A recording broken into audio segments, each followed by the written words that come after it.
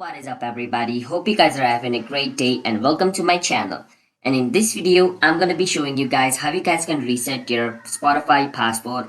And it's pretty simple, so you guys can follow the steps which I'm going to be showing you guys. Spotify account, basically you want to click on where it says reset password over here once you open your Spotify account and try to log in into it. Click on reset password and it's going to take you to Spotify's website. And once you're over here, you want to click on email address or username. So you want to enter your email address or username of your Spotify account whose password you forgot. After entering the email address, click on where it says I am not a robot and prove that you're not a robot by verifying like whatever it says.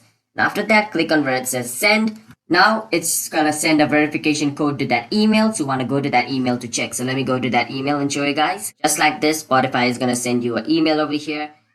Here you want to click on this link. Once you click on this link, it's going to take you to Spotify's password changing page. Now over here you want to enter your new password and enter your new password again and click on I'm not a robot and verify you are not a robot again and then click on to send, and after that your password will be changed. So that's basically how you guys can recover your Spotify account. Now you can go to your Spotify again and enter your email and your new password and click on login and you should be able to log in into your account. So that's basically it.